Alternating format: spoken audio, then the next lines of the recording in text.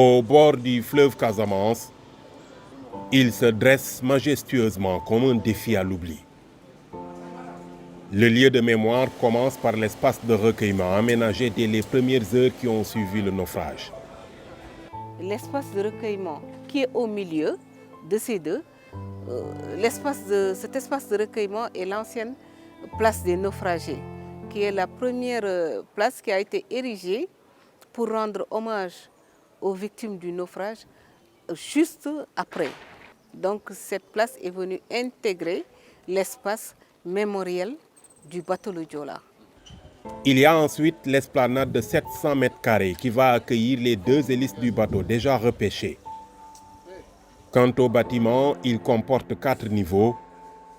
Le rez-de-jardin est réservé à la médiathèque, à la salle des archives et aux espaces de contrôle. L'exposition va s'ouvrir au premier niveau qui retrace l'histoire de la navigation en Casamance et plus particulièrement celle de la liaison maritime Ziguinchor-Dakar. C'est ici que le discours muséographique qui décline les orientations des expos va démarrer. Donc avec un premier élément qui va nous parler de l'histoire de la navigation en Casamance, l'histoire de la liaison maritime Dakar-Ziguinchor, l'histoire de tout ce qui touche vraiment ces éléments qu'on va appeler l'homme et la mer. Ce sera aussi un espace d'immersion avec les 3 moments du voyage en bateau: l'embarquement, la vie à bord et le débarquement. La vie à bord, le débarquement, le naufrage nous permettra vraiment d'écouter et de nous entretenir avec même des rescapés. Outre tous les éléments qui constituent la vie à bord, que ce soit le transport, que ce soit les arts, la musique, la culture et tout ça. Donc ce sera matérialisé par espace d'immersion. Ouais. Et ensuite, on va terminer par la dernière partie de l'expo, qui est la didactique du discours. Donc les enseignements qu'on peut tirer de ce naufrage. Au premier étage, il y aura des reliques du Joola et des objets personnels collectés au cours des expéditions sur l'épave. Dans cette partie, le réel va interagir avec le virtuel. Ils ont fait la reconnaissance, ils ont ramené quelques objets, des objets d'enfants, et même on a ramené un hublot. Et ça leur a permis vraiment de voir la position exacte de l'épave du Joola. Donc 2 ans après, il fallait y retourner. Il fallait y retourner, voir la possibilité d'extraire des éléments. Et c'est sur ce qui a permis aujourd'hui d'avoir les hélices de l'épave du Joola. Pour votre information, ils sont en traitement au niveau du musée de civilisation à Dakar.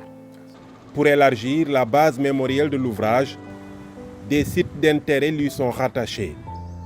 C'est le cas des cimetières dédiés aux naufragés, mais aussi de la maison de l'unique femme rescapée de cette tragédie. Cette dame, la particularité, c'est quand le naufrage est intervenu, elle était en état de grossesse de 4 mois. Donc c'est la maman de bébé Joola que tout le monde connaît. Donc on s'est rendu compte qu'elle a donné autant de sorties à travers les médias. Les gens ont tourné beaucoup de films, mais malheureusement, elle était dans une précarité assez soutenue. Et sur ça, on a décidé de faire de sa maison un site d'intérêt rattaché au mémorial. Donc les travaux ont bien démarré.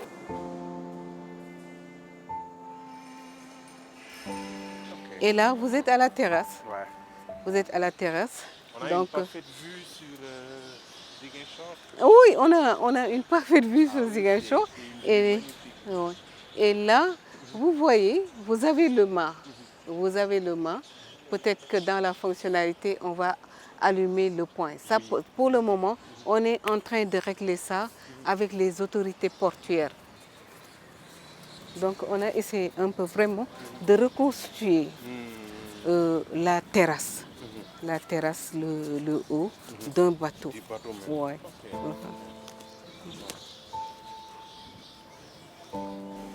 L'édifice, dont les travaux ont démarré en octobre 2020, est sous-tendu par 200 micropieux enfoncés à près de 20 mètres de profondeur.